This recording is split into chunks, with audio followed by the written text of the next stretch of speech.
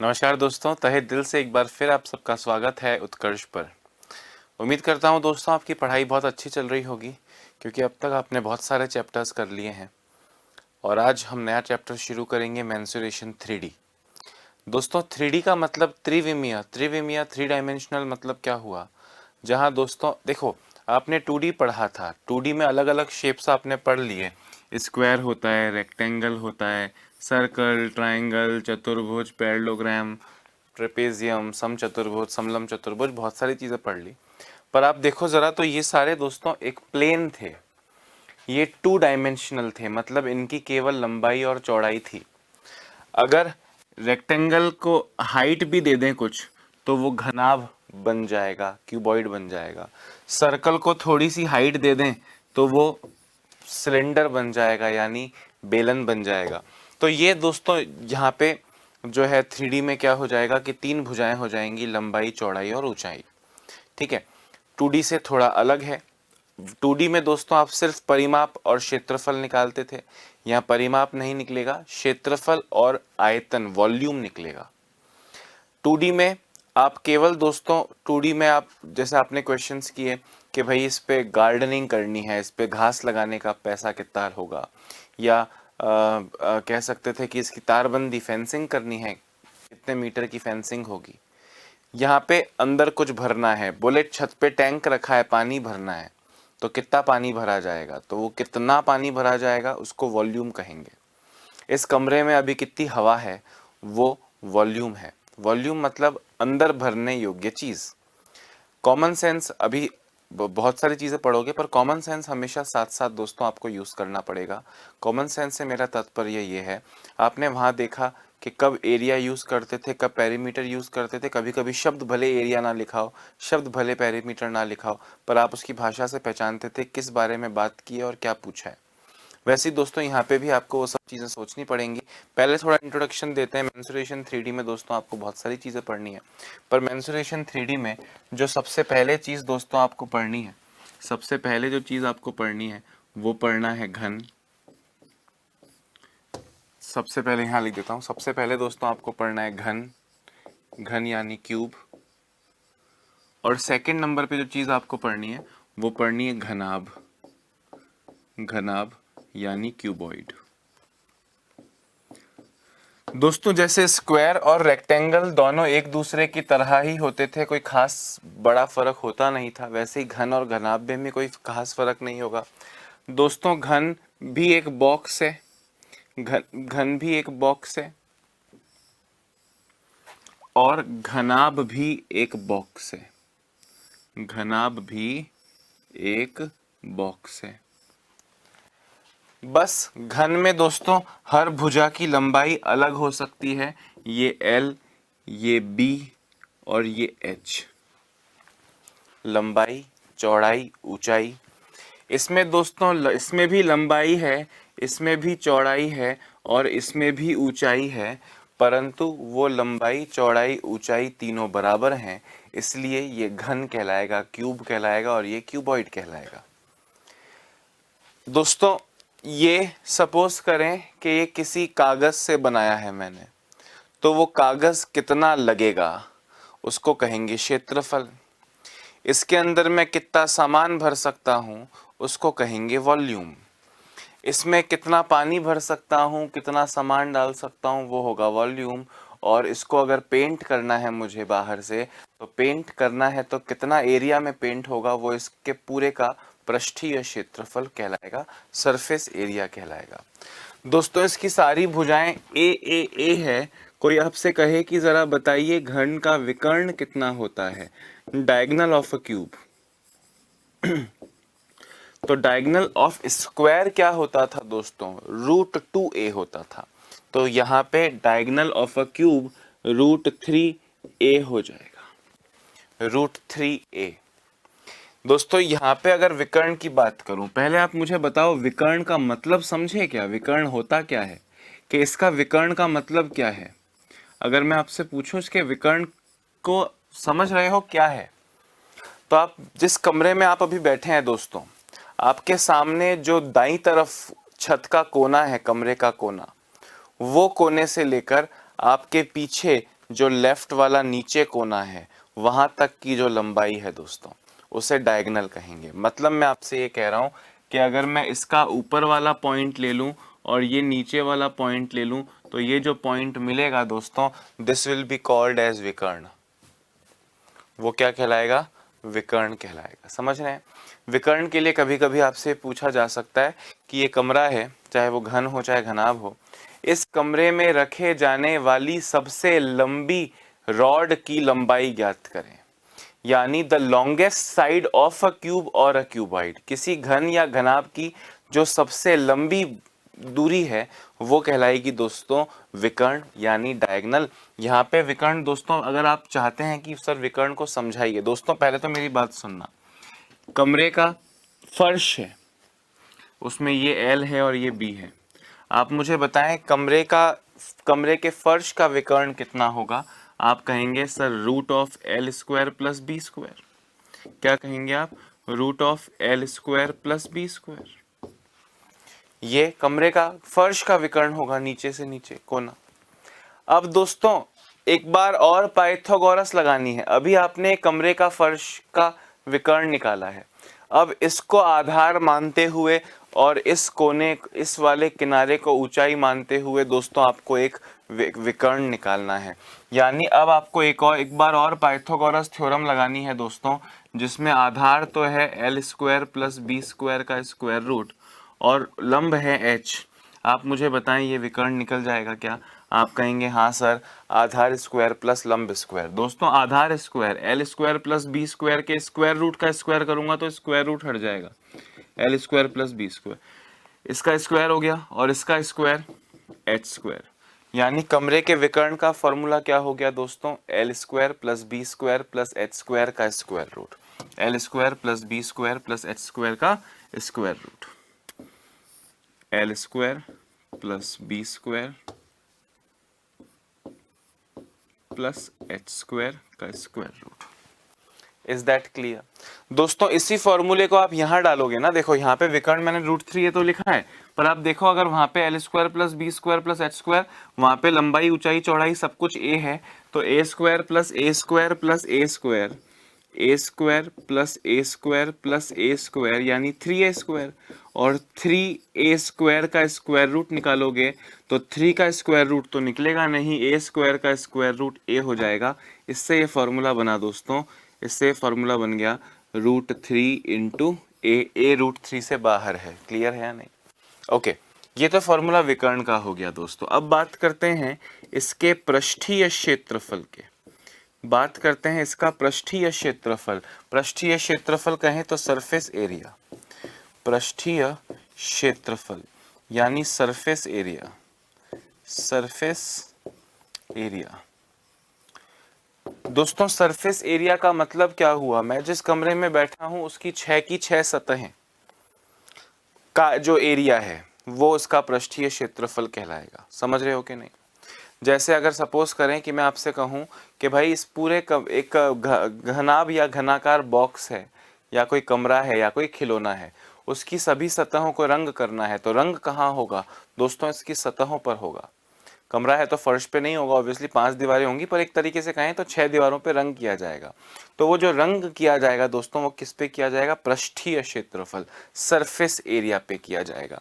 अब आप मुझे बताओ इसकी 6 की 6 भुजाओं का एरिया, आप मुझे बताओ इस भुजा का एरिया कितना होगा?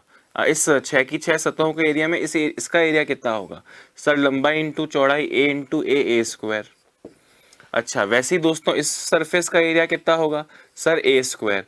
इसका कितना होगा? सर ए इंटू ए स्क्वायर। ऐसी 6 की 6 सतहों का ए स्क्वायर, तो ए स्क्वायर प्लस ए स्क्वायर प्लस ए स्क्वायर 6 बार जोड़ूंगा मतलब 6a स्क्वायर। तो ये दोस्तों पृष्ठीय क्षेत्रफल यानी सरफेस एरिया का फॉर्मूला बन गया। दोस्तों फिर बनेगा वॉल्यूम यानी आयतन का फॉर्मूला। किसका बनेगा? आयतन का फॉर्मूला, आयतन यानी वॉल्यूम। दोस्तों आयतन क्या होता है? अगर मैं इसके आयतन की बात करूं, बचपन से एक फॉर्मूला आपको याद है, लंबाई इंटू चौड़ाई इंटू ऊंचाई। यहाँ लंबाई इंटू चौड़ाई इंटू ऊंचाई तीनों बराबर है, तो a इंटू ए क्यूब दोस्तों यहाँ पे आपका आंसर हो जाएगा। वैसे अगर यहाँ बात करूं कि बताइए पृष्ठीय क्षेत्रफल यानी सरफेस एरिया कितना है, तो जरा दोस्तों मुझे एक बात बताना, इस छत का एरिया कितना है? ये L तो ये भी L, और ये B तो ये भी। आयत, ये एक रेक्टेंगल आयत हो गया। आयत का फॉर्मूला दोस्तों क्षेत्रफल का होता है लंबाई इंटू चौड़ाई। छत का भी लंबाई इंटू चौड़ाई और फर्श का भी लंबाई इंटू चौड़ाई, तो दो सतहों का एरिया तो निकल गया लंबाई इंटू चौड़ाई प्लस लंबाई इंटू चौड़ाई, मतलब 2LB। वैसे ही दोस्तों मुझे बताओ, इस साइड में एक और आयत आपको दिख रहा होगा, ये सतह भी आयताकार सतह है, इसका एरिया कितना होगा? आप कहेंगे सर इसकी एक भुजा B है और एक भुजा H है, एक भुजा H है, तो उस सतह का एरिया है सर BH, लंबाई इंटू चौड़ाई B इंटू H हो जाएगा। इसका भी B इंटू H, और जो इस तरफ आपको नहीं दिख रही है उसका भी B इंटू H, तो B इंटू H 2BH हो गया, 2BH हो गया। वैसे ही दोस्तों ये सामने वाली सतह का एरिया कितना होगा? सर लंबाई इंटू चौड़ाई, यहाँ चौड़ाई को H नाम दिया है तो LH। मैंने कहा इसका भी LH, और जो पीछे दीवार दिख रही है उसका भी LH, LH plus LH 2LH। दोस्तों इसमें से अगर मैं दो कॉमन निकाल दूं, अगर मैं इसमें से दो कॉमन निकाल दूं तो ये दो हट जाएगा और ये दो हट जाएगा, यानी दोस्तों एक घनाभ का पृष्ठीय क्षेत्रफल कितना हो जाएगा? 2 into LB plus BH plus LH। LB BH HL तीनों को एक दूसरे से दो बार एक बार मल्टीप्लाई करना है। Is that clear? अच्छा, इसके वॉल्यूम की अगर बात की जाए, आयतन की बात की जाए, पृष्ठीय क्षेत्रफल मतलब सरफेस एरिया, इसकी अगर वॉल्यूम की बात की जाए दोस्तों, वॉल्यूम की बात की जाए तो वॉल्यूम हो जाएगा इसका लंबाई इंटू चौड़ाई इंटू ऊंचाई, जो आप बचपन से जानते हैं। अब दोस्तों एक एक्स्ट्रा चीज जो इन दोनों फिगर्स में आपको पढ़नी है, क्योंकि एक आम क्वेश्चन बनता है दोस्तों कि एक कमरा है वो घनाभ या घनाकार या घनाभाकार कैसा भी हो सकता है, क्यूबिकल हो सकता है या क्यूबॉइडल हो सकता है। आपको कहेंगे इसमें रंग करना है, तो दोस्तों छत पे आपने देखा होगा, आपके घर में भी छत पे सफेद रंग है, अलग रंग है, और साइड की दीवारों पे लाल पीला नीला कुछ रंग होगा, और जमीन फर्श में तो कुछ ना कुछ टाइल्स हैं या और कोई चीज है, मार्बल है या कुछ है ना। तो कलर किया जाता है दोस्तों चार दीवारी पे। तो चार दीवारी का क्षेत्रफल, चार दीवार का क्षेत्रफल, चार दीवार का क्षेत्रफल, area of four walls, area of four walls.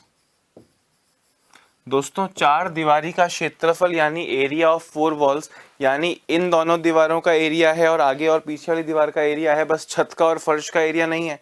दोस्तों जमीन का एरिया है कितना? लंबाई इंटू चौड़ाई है कि नहीं है?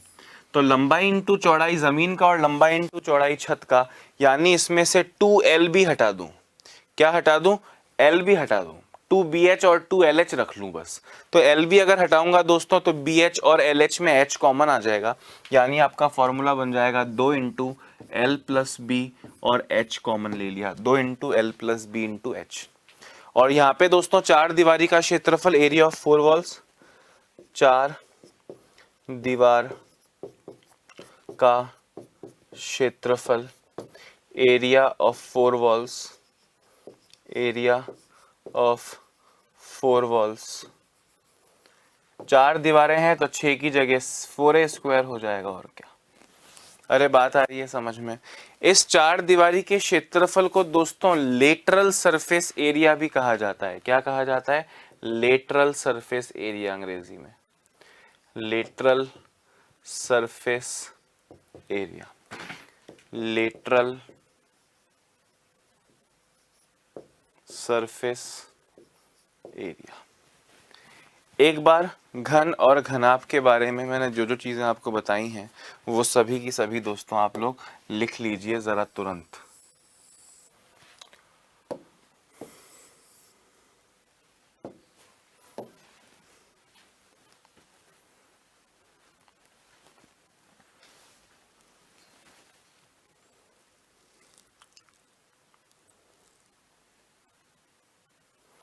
कब किसको यूज करना है ये ऑब्वियसली हम प्रैक्टिस करेंगे दोस्तों अगली क्लास में से ना, तो आपको बहुत कुछ समझ में आएगा। ऑलमोस्ट हर तरह का इम्पॉर्टेंट क्वेश्चन मैं आपको करवा दूंगा, कुछ भी नहीं छूटेगा, डोंट वरी।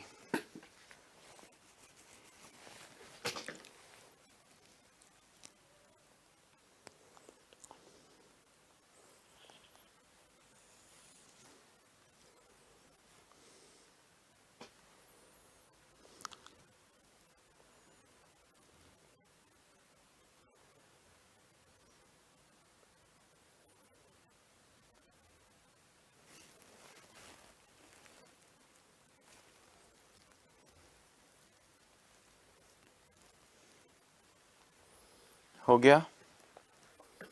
जल्दी जल्दी लिखिए दोस्तों।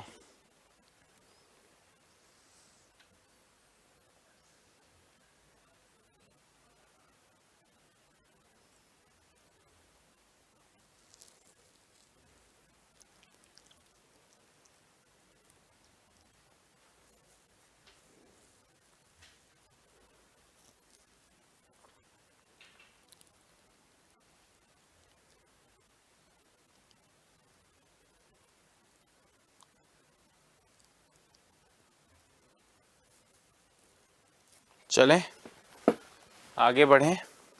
ओके दोस्तों, जो तीसरा फिगर आपको देखना है वो आपको देखना है बेलन। बेलन कहें तो सिलेंडर अंग्रेजी में, सिलेंडर। दोस्तों सिलेंडर आप सब जानते हो, बेलन का मतलब क्या हुआ? इस तरह का एक, इस तरह की एक आकृति। दोस्तों इस तरह की आकृति में आप देख पा रहे हैं, एज्यूम कर पा रहे हैं कि जो इसका टॉप है और जो इसका तल है वो सर्कुलर है। जो इसका टॉप है और तल है वो क्या है? सर्कुलर है। यानी अगर कोई आपसे कहे कि इसके ढक्कन का क्षेत्रफल कितना है, तो पाई आर स्क्वायर है, जो सर्कल का होता है, तल का भी यही है।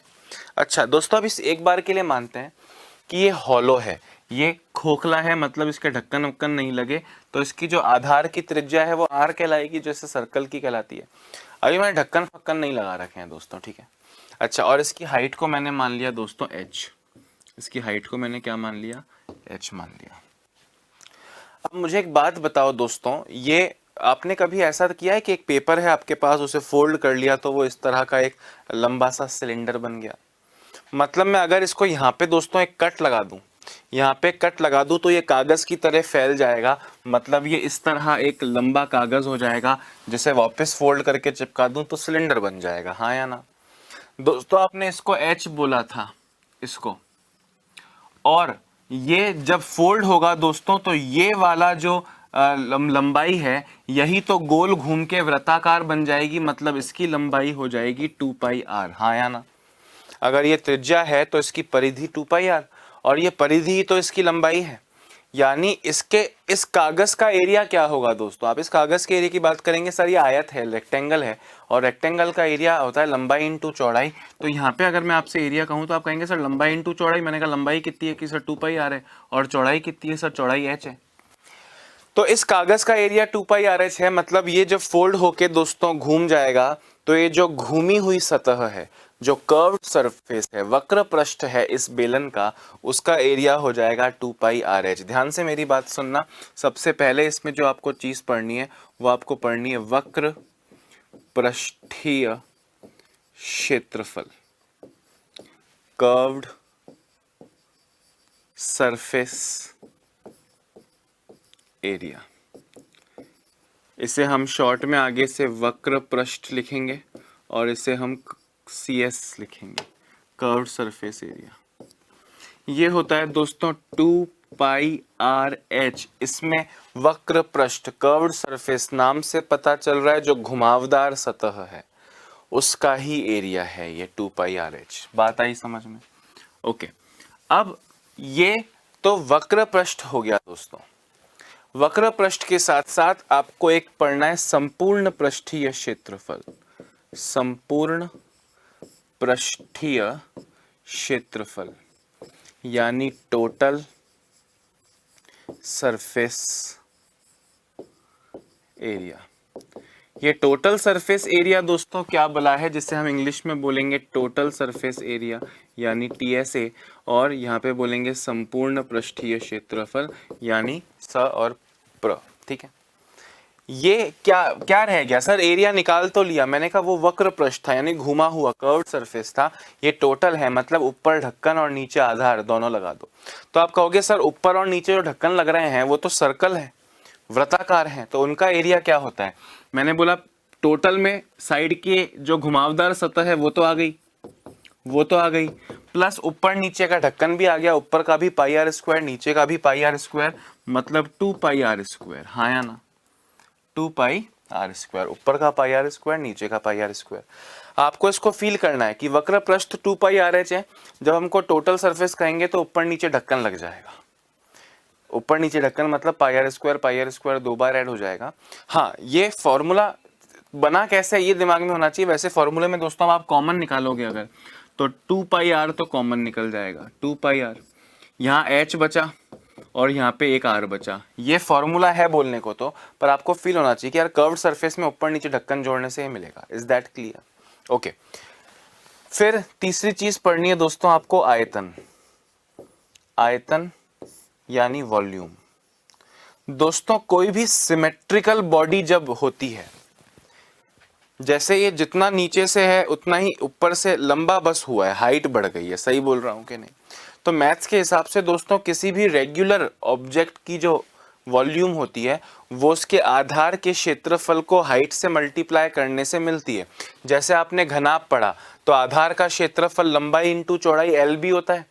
जब आधार के क्षेत्रफल को, बेस के एरिया को, एल बी को ऊंचाई से मल्टीप्लाई कर दिया जाए, एच से मल्टीप्लाई कर दिया जाए तो एरिया निकलेगा, वॉल्यूम निकलेगा। वैसे ही दोस्तों इसके आधार का एरिया कितना है? सर आधार सर्कल है, सर्कल के एरिया को हाइट से मल्टीप्लाई कर दो, तो सर्कल का एरिया है 5 पाई आर स्क्वायर और उसको हाइट से मल्टीप्लाई कर दो दोस्तों, तो आपको आयतन यानी वॉल्यूम पता चल जाएगी। Is that clear? Very nice, जरा लिख लीजिए।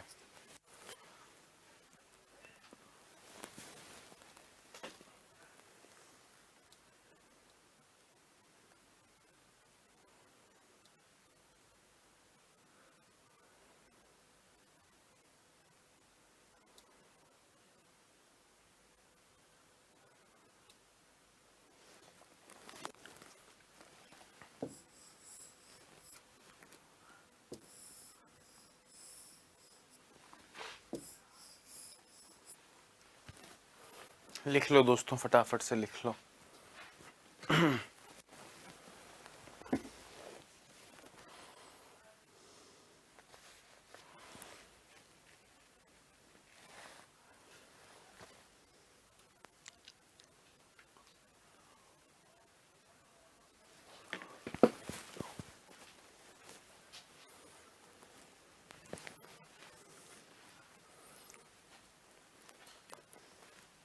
चलिए आगे बढ़ते हैं दोस्तों। सुनना, तीसरी चीज चौथी चीज जिसके बारे में आपको पढ़ना है, दो चीजें तो आपने पढ़ ली, तीसरी चीज दोस्तों ये बेलन थी। चौथी चीज जिसके बारे में आपको पढ़ना है वो पढ़ना है शंकु। शंकु यानी कोन। कोन, कोन टेंट होता है, बर्थडे पे बच्चे कैप लगाते हैं वो होता है, आपका आइसक्रीम खाते हो वो कोन होता है, इस तरह कुछ होता है, हाँ या ना?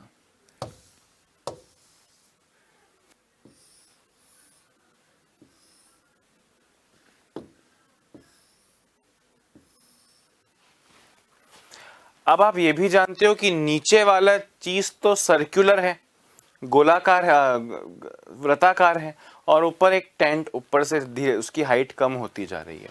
दोस्तों यहाँ पे ये तो त्रिज्या ही कहलाएगी, आप जानते हैं, और ये तो ऊंचाई ही कहलाई जाएगी, ये भी आप जानते हैं। दोस्तों ये जो आपको टेढ़ी लाइन दिख रही है, ये जो आपको टेढ़ी लाइन दिख रही है, इसे स्लैंट हाइट कहते हैं। यहाँ पे मैं अगर लिखूं दोस्तों तो यहाँ पे आर तो है त्रिज्या, आधार की त्रिज्या, यहाँ पे एच का मतलब ऊंचाई यानी हाइट है, ये दोनों चीज तो आप जानते हो। यहाँ पे दोस्तों जो एल मैंने लिखा है इसको नाम, इसका नाम है तिर्यक ऊंचाई। इसका नाम क्या है? तिर्यक ऊंचाई। इंग्लिश में इसे बोलते हैं slant height. Slant height, slant height, टीढ़ी वाली। मतलब अगर कोई आपसे दोस्तों एच और आर दे के आपसे एल पूछ लेगा तो आप क्या करके एल निकालोगे? आप कहोगे सर पाइथागोरस लगाऊंगा। मतलब अगर हम आपसे कहें कि एल का फॉर्मूला क्या होता है दोस्तों, तो एल का फॉर्मूला होगा root of H square plus R square. Is that clear? समझ में आ रही है बात? ओके, आगे बढ़ रहा हूं, जरा गौर से सुनना। इसमें दोस्तों आपको एक पहला फॉर्मूला, इसमें भी आपको वही पढ़ना है, वक्र पृष्ठीय क्षेत्रफल। वक्र पृष्ठीय क्षेत्रफल यानी कर्व्ड सरफेस एरिया। जैसा नाम से प्रतीत होता है घुमावदार सतह, यानी नीचे का ढक्कन छोड़ दो, घुमावदार सतह दोस्तों, उसका एरिया कितना होगा? तो उसका एरिया यहाँ पे होता है पाई आर एल। वो कैसे आया ये जानने के लिए दोस्तों थोड़ी सी एडवांस ज़्यादा चीज़ें पढ़नी पड़ेंगी, जो कि हमारे सिलेबस में नहीं है। थोड़ा ज़्यादा ट्रिग्नोमेट्री या थोड़ा ज़्यादा कैलकुलस वगैरह, पर आपको ये समझना है पाई आर एल इसका वक्र पृष्ठीय क्षेत्रफल है। या एल का मतलब क्या है? स्लैंट हाइट, तिर्यक ऊंचाई। समझ रहे हो कि नहीं? इसका एक और फॉर्मूला बोल सकते हैं दोस्तों, pi R H square plus R square, क्योंकि एल का फॉर्मूला होता है H square plus R square. कुछ नया रॉकेट साइंस तो नहीं बता रहा हूँ। ओके, इसके साथ साथ दोस्तों आपको ये भी समझना है कि total surface area, total surface area यानी संपूर्ण पृष्ठीय क्षेत्रफल क्या होगा दोस्तों? टोटल सरफेस एरिया, क्या वक्र पृष्ठ घुमावदार तो ले लिया, क्या छूट गया? सर नीचे का ढक्कन छूट गया। नीचे का ढक्कन होता है पाई आर स्क्वायर, तो पाई आर स्क्वायर इस पाई आर एल में जोड़ दिया जाए, पाई आर एल में नीचे का ढक्कन जोड़ दिया जाए, तो आप देखेंगे पाई आर तो कॉमन, यहाँ बचा एल और यहाँ पे बचा एक आर, यानी pi R L plus are आपका करेक्ट आंसर हो जाएगा, फॉर्मूला हो जाएगा टोटल सरफेस, संपूर्ण पृष्ठीय क्षेत्रफल का। और इसके अगर आयतन यानी वॉल्यूम की बात की जाए प्यारे दोस्तों, वॉल्यूम की बात की जाए तो वो हो जाएगा 1/3 pi R square H, 1/3 pi R square H. कब एच लेना है कब एल लेना है थोड़ा फोकस करना है यहाँ पे। एच तो स्ट्रेट हाइट है, जिसे बोल सकते हैं आप क्या बोलते हैं, लंब जो है वो एच है, और एल यहाँ पे तिर्यक ऊंचाई, स्लैंट हाइट को बोलते हैं। तो कब एल है और कब एच है थोड़ा फोकस कीजिएगा। Is that clear? एक बार दोस्तों इसको लिख लो।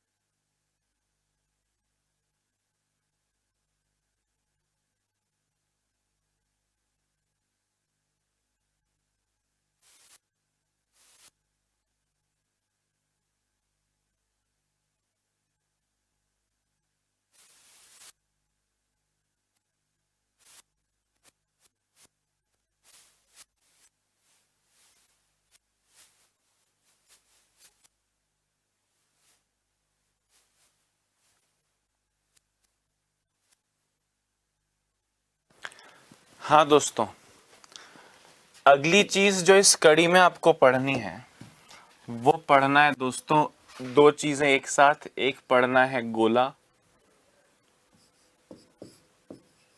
यानी स्फीयर, और एक सेकंड चीज आपको पढ़नी है दोस्तों अर्धगोला।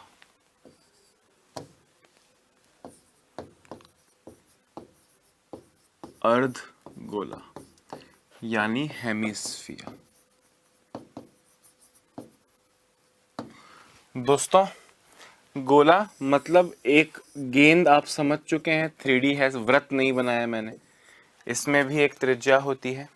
और अर्ध गोले का मतलब आधा गोला दोस्तों, अर्ध गोले का मतलब आधा गोला हुआ, इसकी भी वही त्रिज्या होती है दोस्तों। इसकी हाइट कितनी है, इसकी हाइट 2r है, इसकी हाइट कितनी है, इसकी हाइट भी r है, जानते हो दोस्तों। इसमें तो ये तो पूरा ही घुमावदार है, तो इसमें वक्र पृष्ठ ही होता है, वक्र पृष्ठ और संपूर्ण पृष्ठ अलग अलग नहीं होते। पर यहाँ पे उसे ना वक्र पृष्ठ कहा जाएगा ना संपूर्ण पृष्ठ कहा जाएगा, सिर्फ पृष्ठीय क्षेत्रफल यानी सिर्फ सरफेस एरिया कहा जाएगा, जो कि हो गया है 4a square, 4 pi R square, 4 pi R square. अगर मैं इसकी बात करूं दोस्तों, तो इसमें वक्र पृष्ठ अलग हो जाएगा और संपूर्ण पृष्ठ अलग हो जाएगा।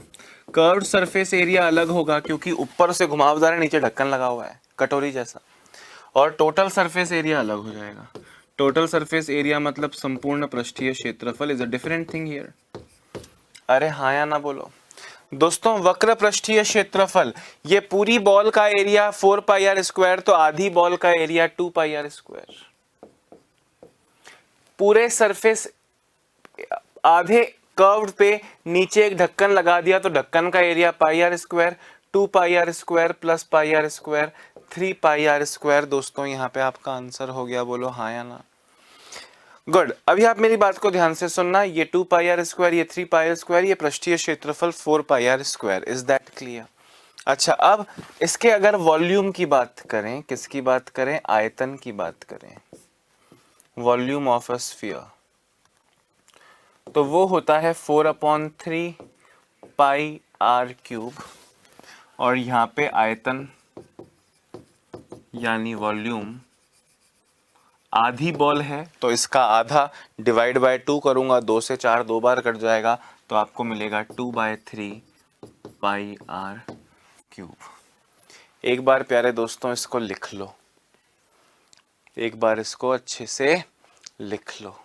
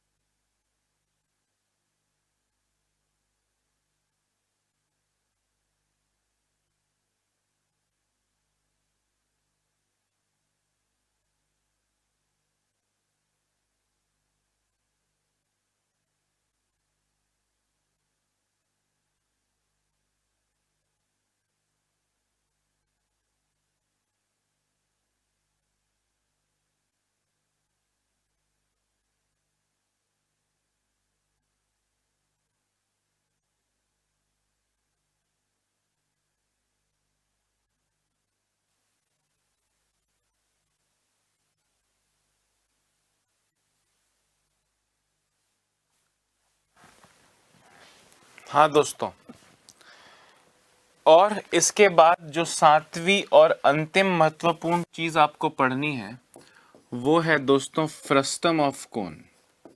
फ्रस्टम ऑफ कोन, जिसे इंग्लिश में, हिंदी में कहेंगे छिन्नक। छिन्नक, छिन्नक का मतलब क्या हुआ दोस्तों? एक बाल्टी की तरह दिखने वाली चीज, एक बाल्टी की तरह दिखने वाली चीज, हाँ या ना।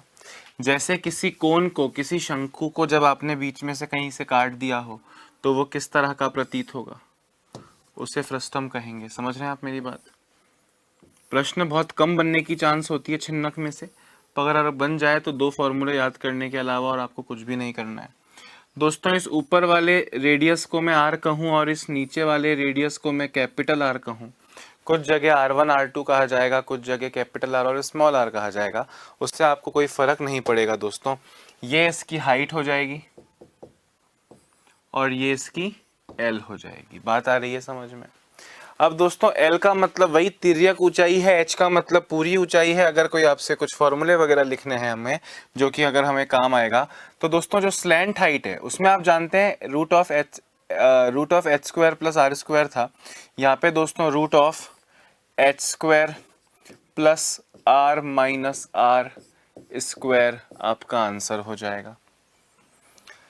यहाँ पे कोई आपसे कहे curved surface area, curved surface area यानी वक्र पृष्ठीय क्षेत्रफल अगर आपसे पूछा जाए, तो वक्र पृष्ठीय क्षेत्रफल दोस्तों वहाँ पाई आर एल होता था, यहाँ पाई आर प्लस आर एल हो जाएगा।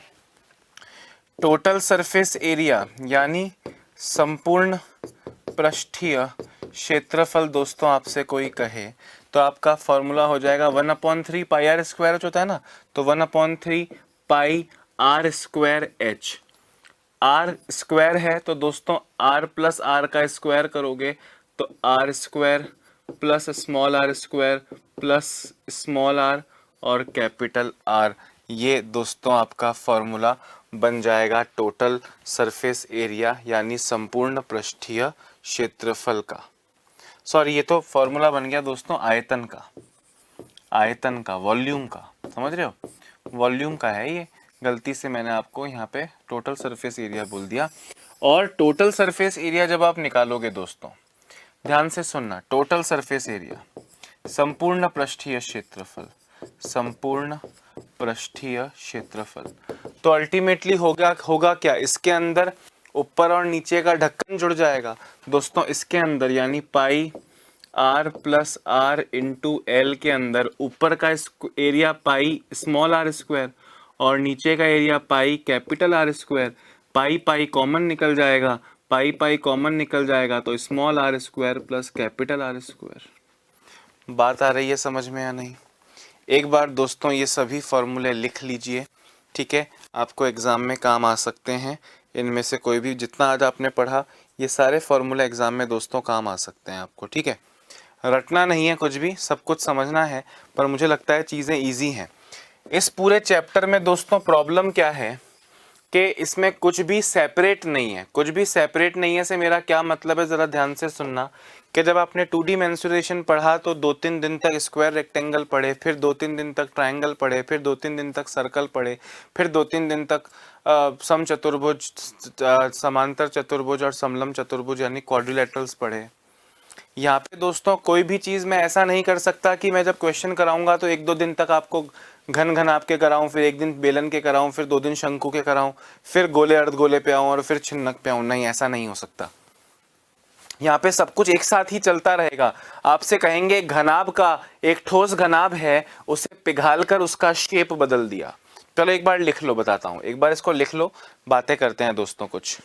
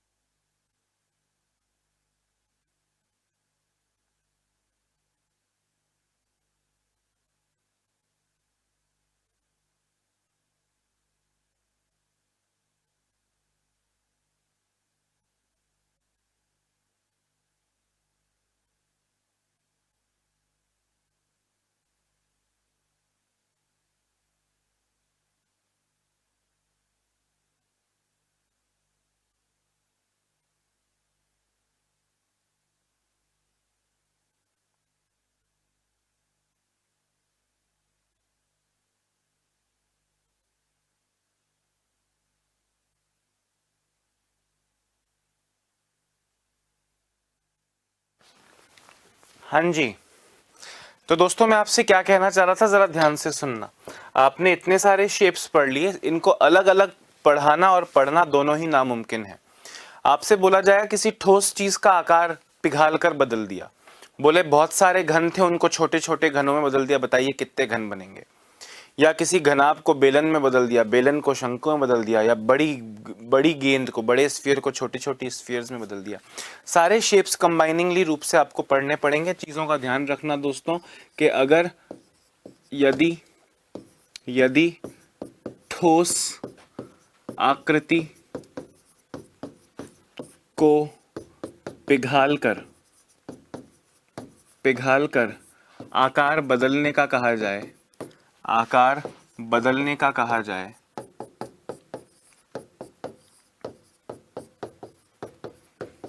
तो वॉल्यूम, तो आयतन यानी वॉल्यूम इक्वल रहेंगे। आप दोनों तरफ वॉल्यूम इक्वल रखना। आपसे कहा जाए दोस्तों कि कागज का क्षेत्रफल जो किसी आकृति को बनाने में काम आए,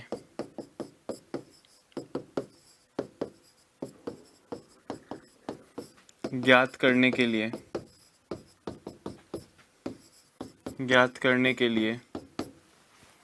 कागज का क्षेत्रफल जो किसी आकृति को बनाने में काम आए, ज्ञात करने के लिए संपूर्ण पृष्ठ यानी टोटल सरफेस या कर्व्ड सरफेस, वक्र पृष्ठ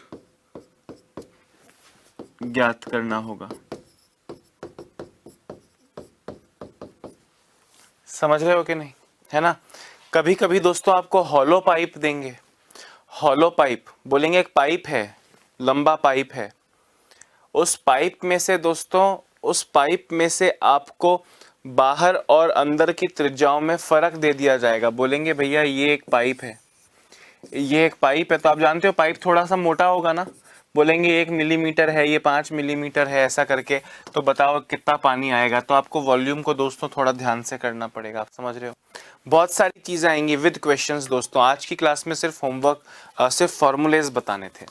कल से दोस्तों वही क्वेश्चंस लेकर आऊँगा, और सारे क्वेश्चंस, ताकि हमारी प्रैक्टिस बहुत प्रिसाइज और बहुत सटीक रहे, सारे क्वेश्चंस केवल और केवल एग्जाम में आए हुए क्वेश्चंस लेकर आऊँगा।